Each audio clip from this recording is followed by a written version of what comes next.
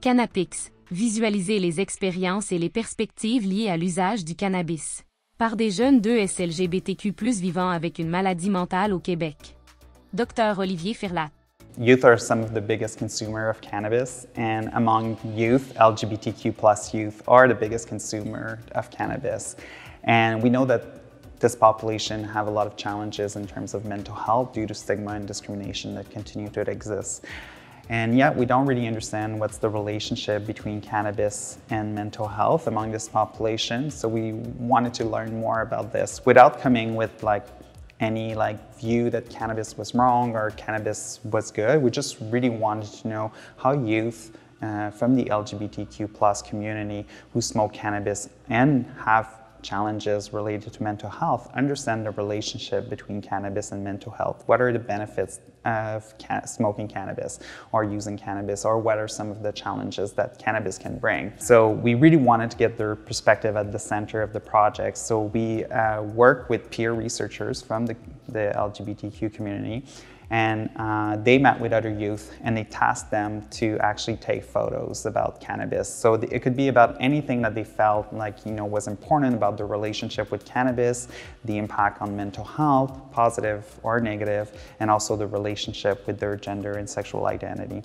Kinda Wassef. Some people might think it's such a niche demographic, like people that have mental illness, like history of mental illness, or consume cannabis or part of the LGBTQ+, but when I started talking to them, they're like, all of my friends are part of this demographics. Like, there really is a big group of people that are included in art. It was not hard to recruit participants. Tara Chanady. I think there's two different aspects that are very important. It's important to produce academic knowledge. There's not a lot of articles that reflect these kind of introspective uses of cannabis. So I think it's important to contribute to the literature in a more critical manner and not just negative effects of cannabis, and to give a bit to look deeper into that. But at the same time, what's really important in a community-based project is really to give back to the community. And that's why we organized this exhibit.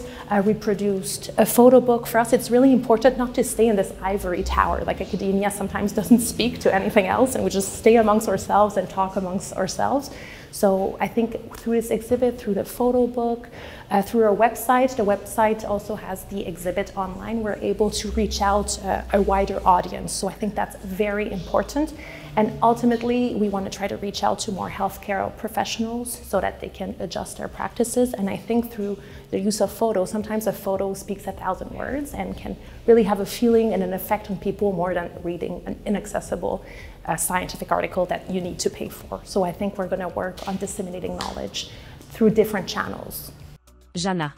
To see that a lot of people tend to go through similar experiences. So when you see the pictures and you read the quotes, you have a feeling that you're a bit less alone, and some people really share the same experiences. And I hope what we can get from this project is more discussions about mental health and with the queer community and what it means, a bit more of awareness of what it means to consume cannabis on a frequent basis, and maybe have more resources, especially within the community, to be able to get some support and maybe not have to rely on self-medication and get some actual proper resources for mental health. Through the sharing of their photos, often youth have described their entire experience with cannabis and how it's complex and how it overlaps with mental health and how it cannabis is influenced by their sexual or gender identity. And now we have this huge collection of photographs that we're so happy to be able to share in an exhibit. And what we're hoping with this exhibit is that it will create a space where people will be able to talk about those challenges that youth are facing related to mental health access. And we're hoping as well that this will permit also reflections and discussion and help destigmatize both mental illness and cannabis use in the LGBTQ+ community.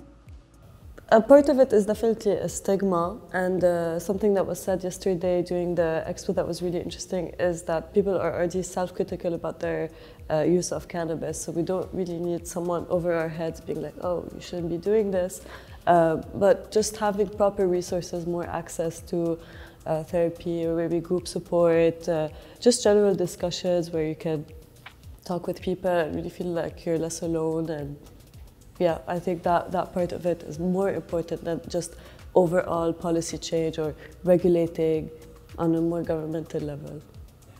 Voir l'exposition virtuelle à l'adresse suivante, collab.ca. Projet de recherche communautaire de la Collab, Centre de recherche en santé publique, et l'École de santé publique de l'Université de Montréal.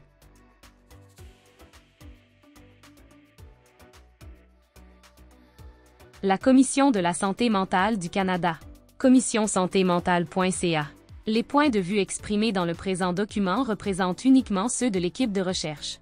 La production du présent document a été rendue possible grâce aux travaux de recherche sur le cannabis et la santé mentale de la CSMC et à la contribution financière de Santé Canada.